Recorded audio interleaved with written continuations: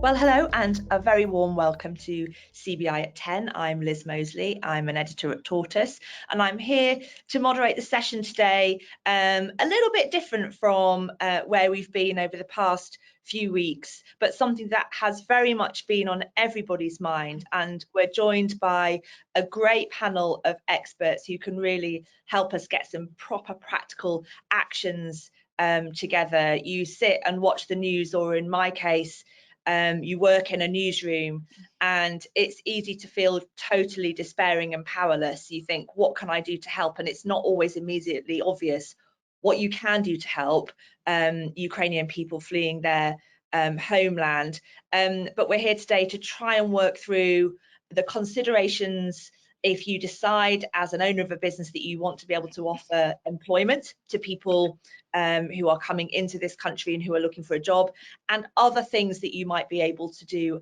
as well as that. Matthew, lovely to see you. Thank you for being here. Just set the scene a little bit for today's conversation to get us going so we know what we're talking about. Terrific. Well, thanks, Liz, and hi, everyone. I mean, look, the first thing I just wanted to say is there are just obviously many implications from the Russian invasion in Ukraine from a business point of view.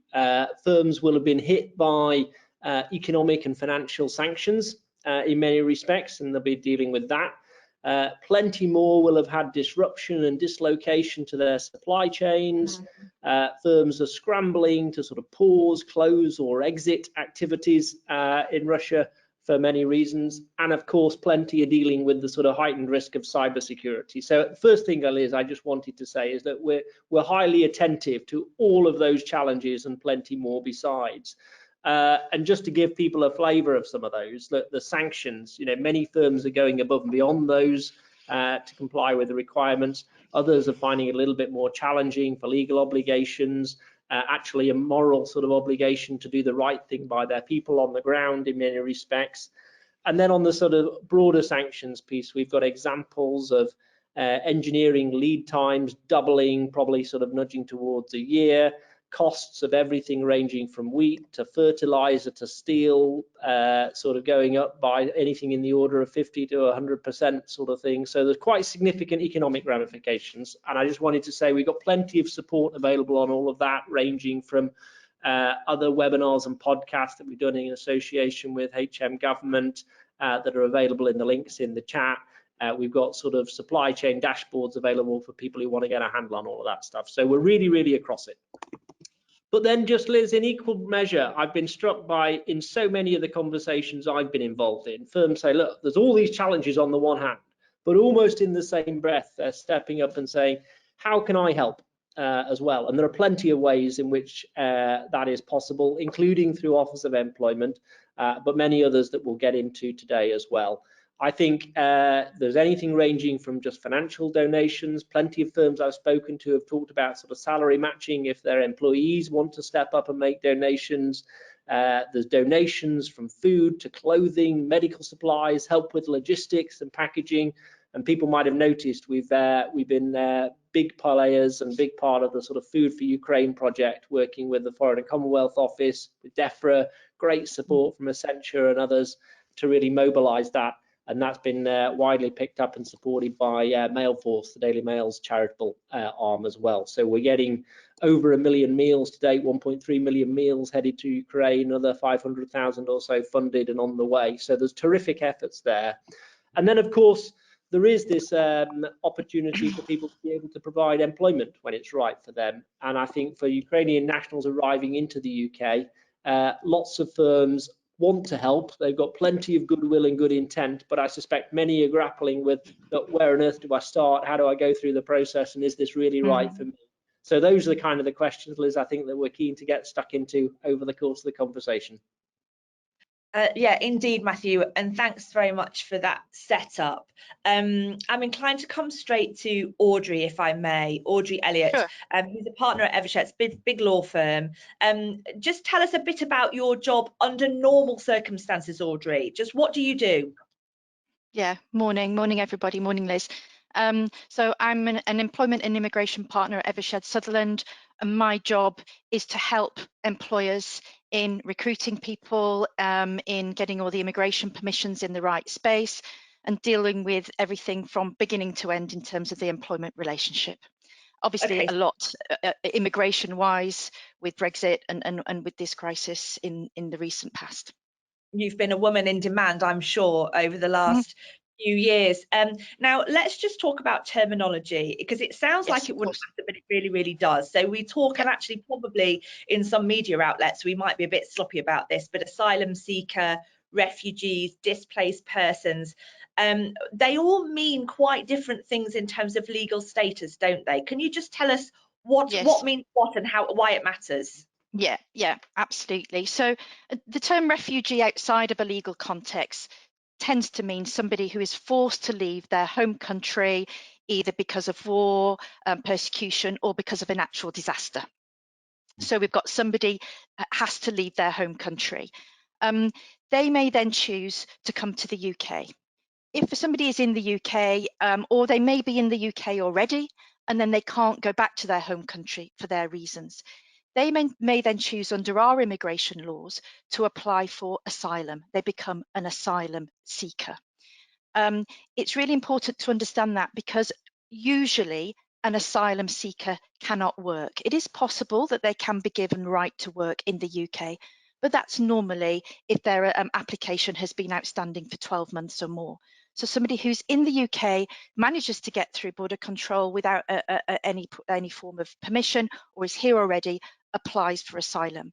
Once their application has been processed, and if it's approved, they will be given refugee status, so legal refugee status. And at Right. that point, they do have an open-ended right to work. So from an employer's perspective, and we'll come back to this again and again in this session this morning, it's about understanding, does the individual's legal status in the UK give right to work? And as such, is it possible for a business then to employ them? So Ukraine nationals do have the option to apply for asylum if they're here or if they're able to get here. But the government, of course, has put in additional routes for Ukraine nationals as a result of this crisis, which are alternatives, often better alternatives for Ukraine nationals.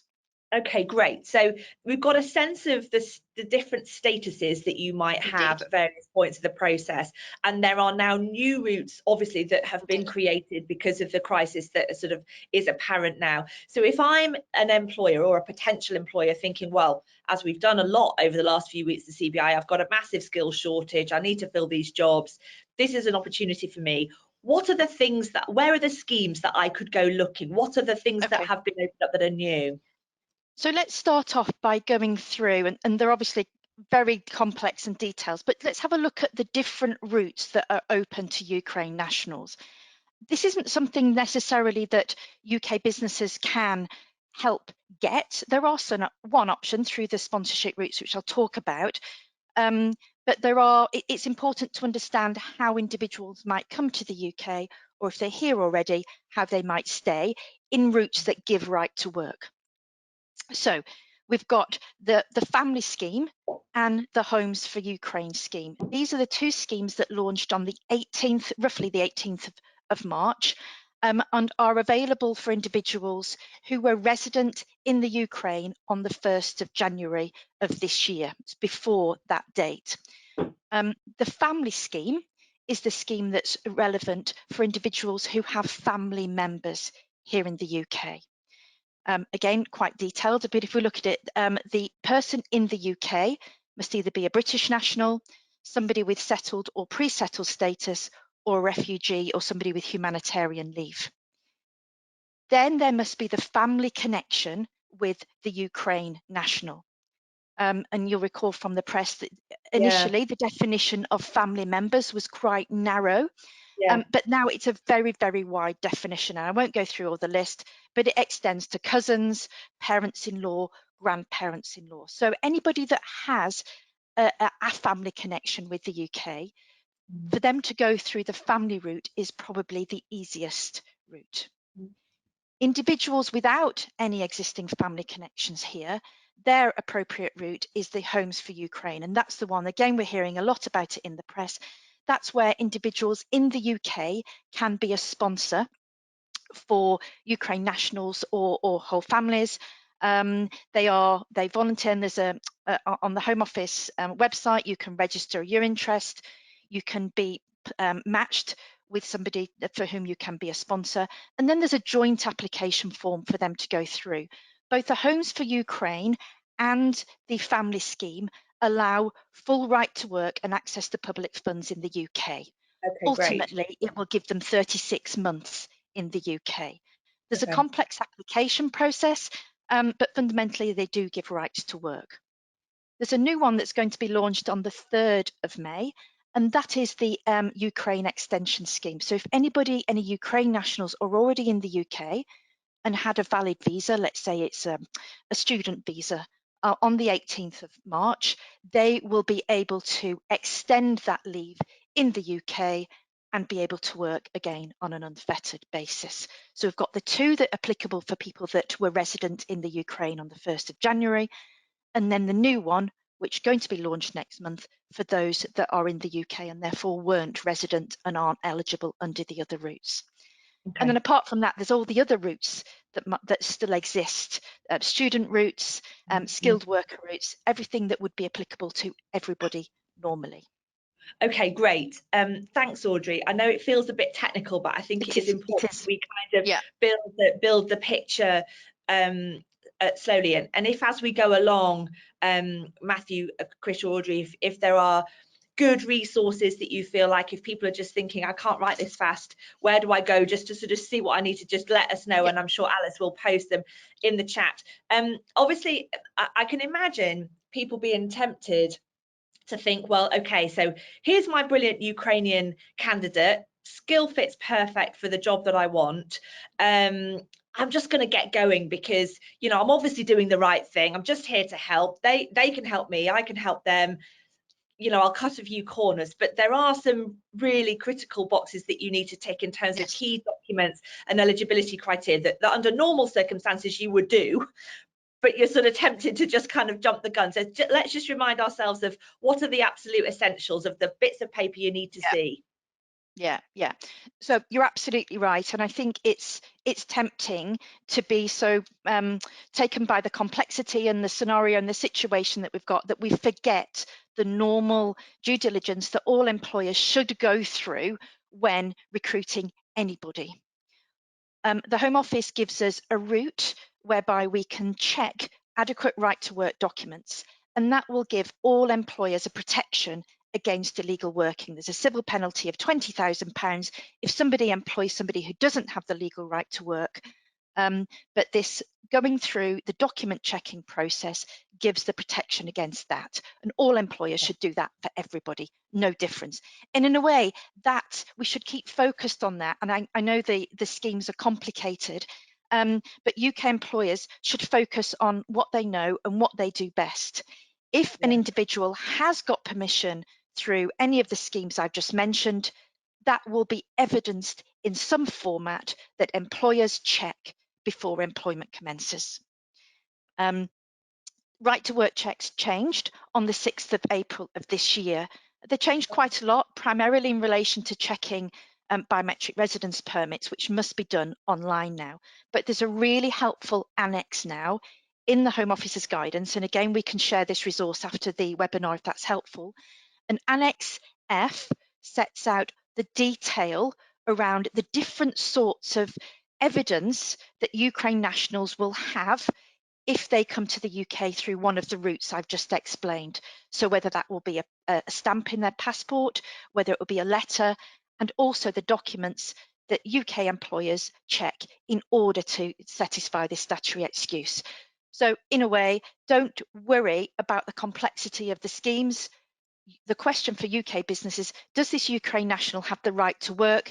If it's yes, do our document checks, everything will be fine. Great. Audrey, just a quick question's come in from Karen Young. On the extension scheme you mentioned, on the 3rd of May, say for example the student visa example you described, does that Indeed. have the same 36-month entitlement like the other one? Are they all 36 months? Is that a Yes, standard? I believe it. I believe it does. But going back to what I said about right to work checks, when we do a right to work check, we check the documents, and also we will be checking the end date. So Okay. let's say I get 12 months visa, we track the end date. So whatever end date is evidenced on a visa, we must then record that and track that in the same way as we would for anybody on a visa. Okay. So let's say I've done a brilliant job of understanding all the schemes, and I'm now an expert like you are in all the forms and the boxes, and I know my right to work from my, you know, and I say to myself, actually, I really, really want to do my bit here. I'm ready to go. I've got vacancies. I know the skills are available and the people need the work. Can I actively prefer? Can I set out to say, okay, these are jobs that are only for people who are Ukrainian refugees? Am I allowed to do that? And if so, how would I set that up? Yeah. Okay. And this is another example of going back to basics on our employment law. We go back to basics on our immigration with our right to work, and we go back to basics on our employment law. We know that the Equality Act protects people from being discriminated against on the grounds of their race. If I go to market with a vacancy and I say I would like to recruit a Ukrainian national into this role, I am then discriminated against anybody who isn't Ukrainian applying for that role on the grounds of their race. And using race or any other protected characteristic as a reason to employ somebody is race discrimination. And this will be direct race discrimination and is not justifiable. So although it sounds intuitively the right thing to do, it is a risk for a business to prefer somebody purely on the grounds of race. Obviously, there's other things you can do. You can seek ways in which to advertise your roles in places where there will be, and Chris will probably come to this, greater visibility of those roles to Ukraine nationals.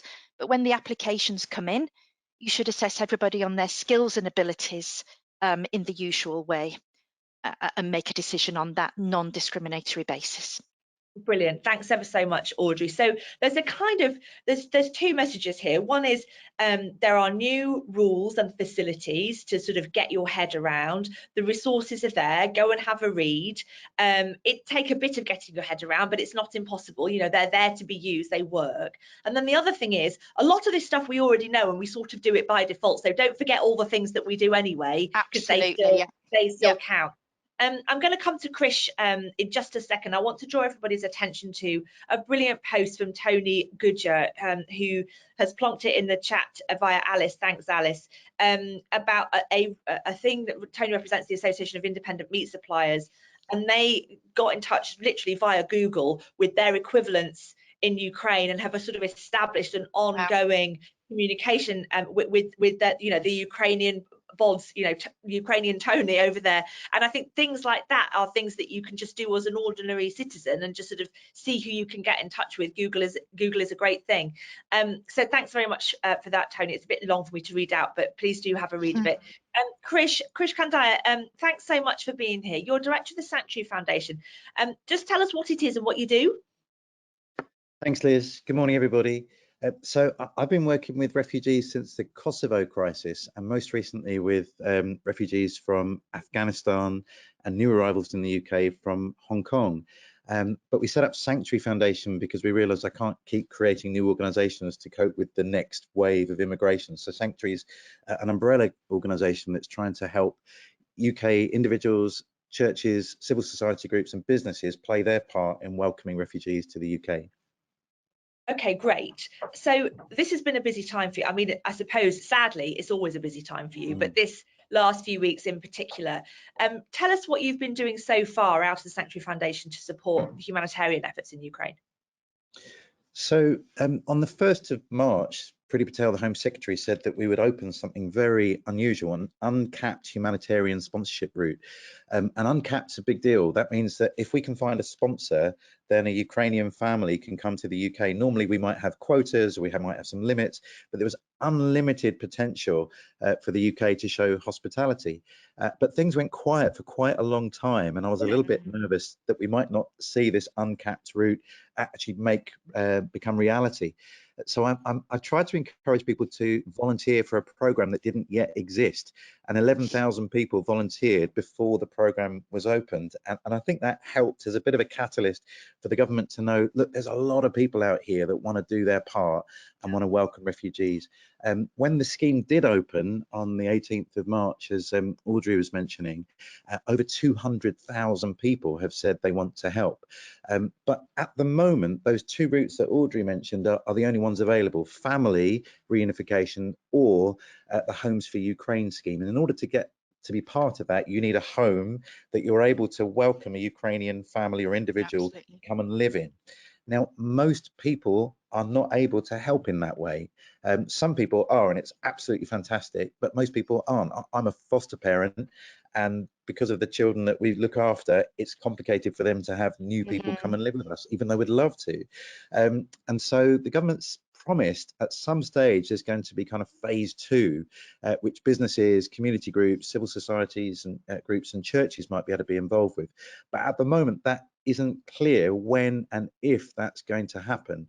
And so we're looking for other ways now that businesses and other groups might be able to help assist refugees. And just before we move on to the other ways, because I think it's important for us to properly have a go at those other ways in this conversation. On Homes for Ukraine, funny enough, I had a meeting set up with a chap on Thursday, and he cancelled it at the last minute to say, oh, we've just had the call that our refugee who's been placed with us is arriving in the morning on Thursday, so I can't make the meeting. Is it working, that Homes for Ukraine scheme? Overall, I want to say yes. There have been some frustrations, and namely the speed of the visa applications has been slower than people would want. I'm always a kind of glass half full person, and what we're trying to do is turn around an oil tanker. I know we're not making big political statements, but at the moment we're seeing maybe the UK government's approach to immigration in the Rwanda scheme, and we've kind of built a system where we're trying to, okay, maybe you could say it this way, trying to keep out as many people as possible, and the Ukraine scheme is trying to welcome as many people as possible as quickly as possible. So to see that change is quite difficult. It's an oil tanker kind of change, and I think as of the most recent statistics from the government, 3,200 arrivals have taken place through the Homes for Ukraine scheme, and again that's nothing compared to the 4.2 million people that have been displaced from Ukraine. But in the UK's immigration history, that is pretty astounding in the speed that we're talking about. Yeah, okay, that's great. Thanks, Chris. So Audrey's done a brilliant job of trying to help us get going with all of the things that we need to be mindful of. If you're a business and you want to help, balancing off, you know, the opportunity with the be mindful of the risks and just, you know, don't go mad. How have businesses and employers been involved so far in the settlement process, if that's what it's the right word? Yeah, I think a couple of things. So I've got 6, I think, altogether. The first is on the jobs piece, and Audrey was really helpful. I would say this meat industry message that we've had is a really good one, because we're trying to match people's skills. You know, I've heard, you know, well, they can go and work in a shop, or they can go and work in a, you know, stacking shelves. If your job has been at a professional level and then you're then forced to go and work at a kind of more menial level, that's quite dehumanizing, and they've already experienced enough trauma in their lives to have to go and do that. So I love this idea of skills matching wherever possible. I think the other issue is that most of the people coming seem to be women with children, and both the women and the children are going to be experiencing trauma, so it might take them a while until they're ready enter the workplace. But we want to be available and let them know that the jobs are here now, because some of the people in the refugee camps can't work out whether they want to come to the UK or not. If they come here, will they be able to find a job? So there's a little paradox there. We need to let them know jobs are here and we're willing to take them, but we don't want to rush people into it. It also probably means that the jobs that will be most attractive will be flexible. And thanks to lockdown, we're used to kind of flexible home working, people working in kind of different hours, particularly as mums are going to need help settling their kids into school, helping their kids deal with the trauma. We've seen quite a few businesses come forward and offer some really innovative solutions. So we've been working with a business called Cook. They're the kind of premium pre-prepared food company. Yeah, familiar with Cook. Yeah, they're great, love it. I'm a big fan. I buy them whenever I can afford them. And they had a scheme called Raw Talent, which was a really clever play on words. And the idea is they've been using that for other disadvantaged groups. So people that might have been homeless, people that might have been out of the workplace for a while, and it kind of gradually phases them in. And they've made that offer available to Ukrainians as a kind of entry point into work. I'd love to pick Audrey's brains about how we do that in a way that doesn't discriminate, because I'm a huge fan of the Timpson company, which is targeting people that have come out of prison. Absolutely. So widening access to people that would otherwise not have made it into the job market. And I wonder if there's a sweet spot between not discriminating but widening that access at the same time.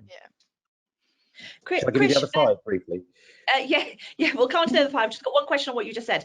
I'm just remembering when you were talking about that, the skills matching. Okay, so even without the refugee conversation, we've had a number of conversations in the past few weeks about how hard it is to find people for the jobs, and it's so frustrating because you know that there's gazillions of people who could do it, but making those connections. Have you got any sort of brilliant tips, channels, routes? I've said before, I'm obsessed with recruitment. How do you find that person, given, needle in a haystack, right? Yeah, no, it's a good point. I mean, and again, I've been working with the Hong Kong resettlement. We've seen over 100,000 people come to the UK from Hong Kong in the last year alone. And many of them highly skilled and keen to work as quickly as possible. So we've teamed up with a group called Naya.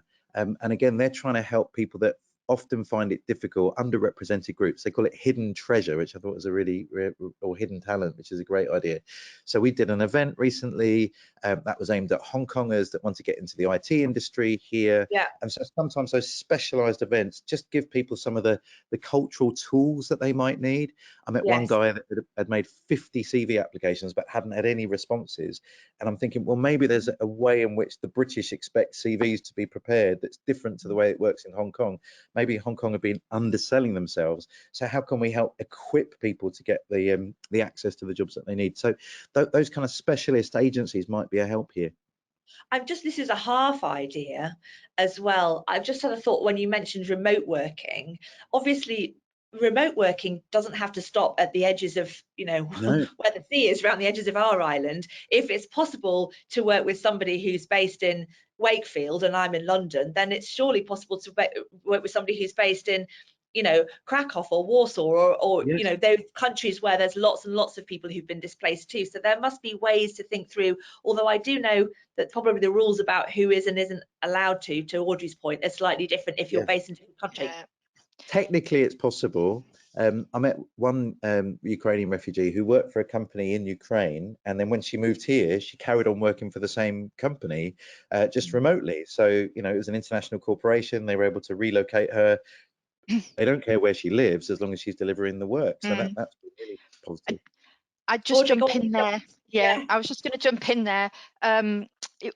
Absolutely, working remotely is becoming way more common, but there are lots of things employers need to think about. Sorry to be the bearer of the legal news, but you've got to think about the employment laws that apply to that individual, and whether you're complying with Polish maternity leave, for example. But probably the biggest issue is tax. How do you account for tax and social security to the individual? And does having employees in a jurisdiction create a permanent establishment for corporation tax? So it's absolutely something to think about, but you do need to go through, and particularly with your finance teams, to make sure you're not creating a financial risk with that cross-border remote working model. Got it. That's That's brilliant. so Thanks ever helpful, so much. Audrey. I want your number on speed dial. You've got some really helpful I know, ones. exactly. Form an orderly queue for Audrey Elliott's advice. Chris, you've got 5 more things that people who are running businesses can do. We've obviously talked a lot about employment, but it doesn't just stop at giving somebody a job, does it? There's lots of other ways that businesses No, can be that's helpful. right. We had over 530 businesses sign up on the Sanctuary Foundation just to say, look, we're here, we want to make an offer.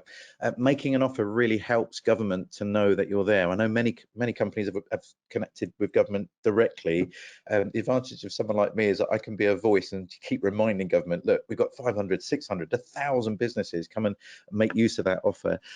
So one of them that I came across that was really good is, because this phase 2 isn't possible, the only way we can really help refugees is by supporting those people that are already sponsoring. So think about the Homes for Ukraine scheme and thinking, what is it that I as a business can do to get around that? NatWest, the High Street Bank, they offer anyone that sponsors 2 additional days of volunteering time. So that's paid leave in order to do that. I think that's a lovely gesture, isn't it? It doesn't cost the company too much. Someone feels a little bit more secure that the time I'm giving is going to be kind of counted back again. And it's a great internal incentive, isn't it? You just tell that story. Look, we as a company are behind sponsoring, so therefore we're going to support anyone that does that with 2 additional days. I thought that was a lovely idea. There might be other things that you could do as an employer to tell the good news stories of what your employees are doing and just get behind them and cheer them on. Second area is accommodation. As soon as a refugee arrives in the UK through the Homes for Ukraine scheme, they should be eligible to housing benefit. But as you may know, social housing is a real challenge right now in the UK. It's one of the reasons there are 11,500 Afghan refugees still in hotels, costing the government £4.7 million a day to keep them there. And they don't want to be there. They want to be in homes to try and start rebuilding their lives. So accommodation is a really key thing, and that might be something that your business is involved in.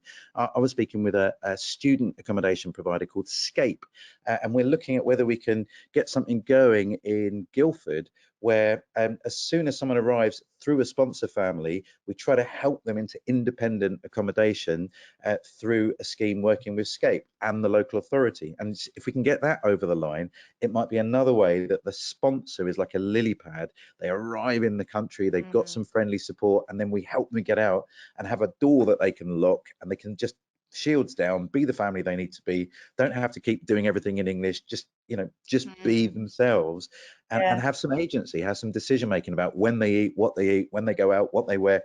All of that really helps someone recover from trauma. So accommodation is really key. The third thing is supporting sponsors through setting up kind of community networks. Punch pubs have been great at that. Our local church has done that. Other like Cafe Nero have been involved in that. They just offered somewhere that community could come and start to meet each other. So a regular meeting for the sponsors, for the Ukrainians that have just arrived in your area, just another space where people can be. I remember when we had the Syrian crisis, Starbucks stepped up and they said, look, there's been a lot of debate about whether we want refugees here or not. Why don't we change the conversation by inviting you to have coffee with a refugee? So we set up these meetings in Starbucks up around the country. And if you've never met a refugee before, have a coffee with one, share a tea with one. Suddenly they're not a refugee, they're a person that you need to connect with. Are there other ways that your business can provide those kind of safe meeting spaces for people to connect? That's a brilliant idea, Christian, not something that I would have thought of. If I'm listening to this thinking, oh, my business has premises where there could be coffee, there could be chats, who do I ring to say, I think I can facilitate a community, and maybe I am only in one city, or maybe I'm all over the place. I'm just thinking, I'm sitting here in one of those shared workspaces, where it looks like a coffee shop from the outside, but actually we could do that in theory. How do I do it? Who do I ring? Drop me a line. I think my email or my website will come up thanks to Alice in the chat. I'm keen to help. We're a startup company, a startup charity. We formed charity formation in 2 weeks, which may be, as far as I know, a record in my world. But we're keen to see those. I think these stories of goodwill begin to Yes. change people's mindset. And I think that's really important. At the moment, the whole nation is supportive of Ukraine, and we want to carry on encouraging them to be that way. So these little stories of really positive things that people are doing really help. Yeah. Okay, So brilliant. I'll give you 4 and 5. That's Just great. That's 3. Let's go 4, quickly. 5, and 6. Yeah. The fourth one is donating funds and goods. So here's another one. Punch pubs. I don't know why this pub chain have been amazing. Pub-based activities, I'm always very pro. Let's hear another pub one. Other pubs are available. They found out that they had a whole stash of Ukrainian beer, right? And Oh. they've decided to make it available to their publicans at cost, and then donate the extra money to us, which was just amazing. And again, it's symbolic, isn't it? You know, Ukrainians, they've got a great hospitality industry. Let's cheer it on, but let's raise some money at the same time. Another need we found out is that because these mums are coming, I've met them at the border in Moldova as they just came in off from Ukraine, and a lot of them are carrying very little, like 2 suitcases, and most of the suitcases are full of stuff for their kids. Yeah. So there are some basics that people need in order to start life again. We found that with Afghan refugees too. So we're partnering with an organisation called Baby Basics. There are 50 baby banks around the country. They've been supporting vulnerable women in their communities for many years, and they've just extended that to Ukrainians. One massive need that we found are things like new car seats, push chairs, all of that kind of stuff. There are all sorts of laws and rules about donating second-hand goods. Most charity shops don't receive second-hand goods when it involves children, so we need new stuff. And at the moment, we're buying retail, like we're going into Asda and just buying everything they've got, which is really inefficient. But those are really kind of game-changing things for families as they begin to start their lives up again, and they can't bring them themselves, and it's complicated doing second-hand. So goods are another ways that people can help with that. Number 5 is around services, and those services might be for sponsors or they might be for refugees, but both are useful. So I had an offer from Seismic, which is a big tech company. They do amazing HR onboarding. So Deliveroo don't meet all their staff. They just send them through a 6-episode, onboarding training program. So we've created a training resource for anyone who's a volunteer or a sponsor. No training has been given to any of the sponsors or the volunteers so far. And we're dealing with loads of people with trauma, we're dealing with children, and therefore there's safeguarding issues, and no one's been given any training. So Seismic and Lessonly is their platform, have said, look, we've got this platform, why don't we just make it available to you for free? And that helps me scale up the kind of support that we can give. So there might be other IT solutions that you might have. I know Vodafone, for example, they've been giving free SIM cards to all the refugees that arrive, because data is absolutely key if you want to stay in touch with your family. So you might just be thinking to yourself, what is it that I've got that could really benefit a refugee family feeling like they belong here? The other one is services towards sponsors. So again, NatWest, they just wrote to people saying, look, this will not affect your house insurance and it won't affect your mortgage if you take a refugee into your family. Now, again, some of you are providing services that sponsors are using, and they don't know that, just being proactive and telling them it's okay, we've got your back, releases people to come and actually make a difference. So I thought that was a lovely little gesture. Again, costs you nothing as a company, but it says we're here and we'll do whatever we can to make it possible for you to welcome refugees.